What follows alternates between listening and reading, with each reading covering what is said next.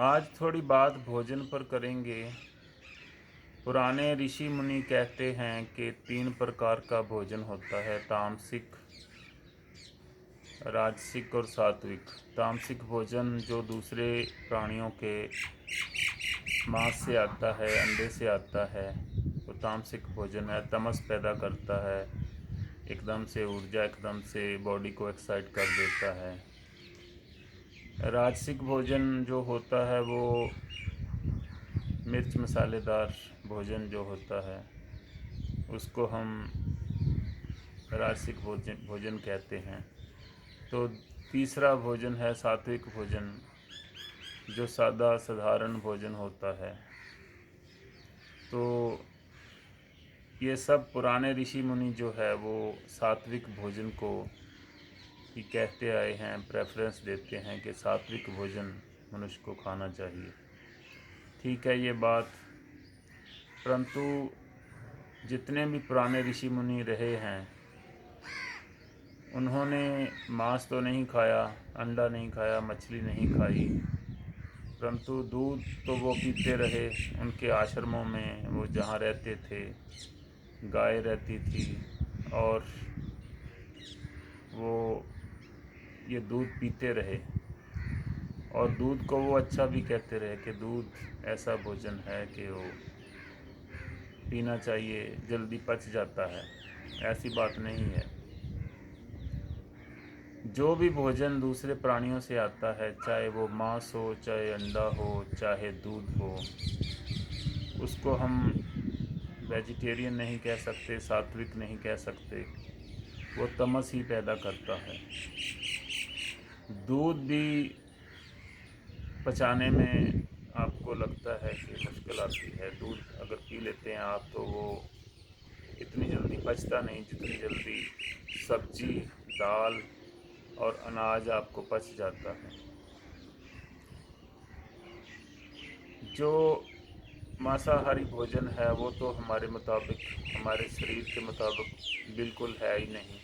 हमारा जो सिस्टम है, जो एलिमेंट्री सिस्टम है, जो डाइजेस्टिव सिस्टम है, उसकी बनावट ऐसी है कि मांस हम खा ही नहीं सकते। हमारे अंदर वो एंजाइम है ही नहीं। जो मांसाहारी जो जानवर हैं, जैसे शेर है, चीता है, बिल्ली है, उनके अंदर होते हैं। जो ऐसे जानवर होते हैं जो मांस खाते हैं, उनका जो एलिमेंट्री कनाल होती है, जो उनका डाइजेस्टिव सिस्टम होता है, उसकी लंबाई बहुत कम होती है।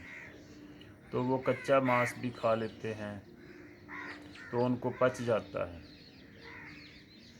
उनके दांतों की बनावट ऐसी होती है कि वो मांस को चीरने में, फाड़ने में वो काम आते हैं। हमारे दांतों की बनावट ऐसी नहीं है। उनके पंजे होते हैं जिससे वो दूसरे पंछियों को, दूसरे जानवरों को मारते हैं और उसका मांस कच्चा ही खा जाते हैं। हमारे नाखून भी ऐसे नहीं हैं। इसलिए अगर शरीर के हिसाब से देखा जाए तो मांसाहार तो हमको सूट ही नहीं करता, वो हमारे मुताबिक है ही नहीं। तो दूसरा भोजन आ गया राजसिक भोजन, जो मिर्च मसालेदार भोजन है। उसमें चाहे आप कुछ भी बना लो, दाल सब्जी या कुछ भी बना लो, तो अगर उसमें मसाले ज़्यादा हों, घी ज़्यादा हो और उसकी जो बनाने की जो विधि है वो ऐसी हो कि वो डाइजेस्ट ना हो आपको, तो वो भी आपके अंदर तमस पैदा करेगा और आपके अंदर जो है वो शरीर को जो है फैलाएगा, फैट पैदा करेगा। तो डाइजेस्ट होने में उसको भी टाइम लगता है।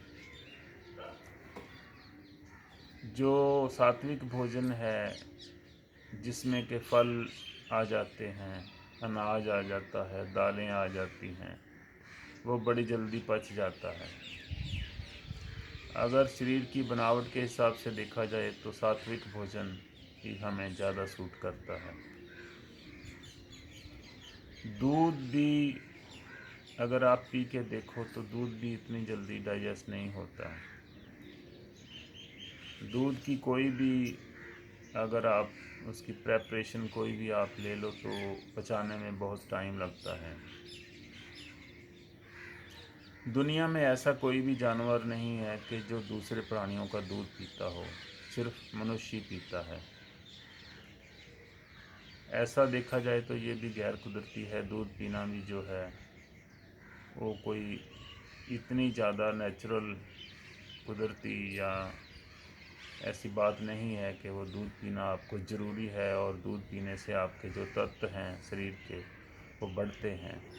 ठीक है, दूध एनर्जी देता है आपको, पर वो दूध जो है वो अननेचुरल है, गैर कुदरती है ये दूध पीना। ये मैंने देखा है अपने शरीर के हिसाब से। किसी को सूट करता हो तो ये मैं नहीं कह सकता कि आप दूध लो या ना लो, पर मैंने देखा है कि दूध जो है वो पचाने में मुश्किल आती है। भोजन पर आप ध्यान अगर ज़्यादा दोगे कि मैंने तामसिक भोजन छोड़ना है, या कुछ संत लोग या कुछ ऐसे लोग जो कहते हैं, जो बाबा टाइप लोग होते हैं कि मांसाहार छोड़कर हमारे पास आओ, पहले मांस छोड़ दो फिर हमारे पास आओ। तो आप अगर मांसाहार कर रहे हैं काफ़ी समय से तो एकदम से आप छोड़ नहीं सकते। अगर एकदम से आप छोड़ भी दोगे तो वो मन में रह जाएगा। अगर कोई सामने आपके मीट खा रहा होगा तो आपका मन करेगा,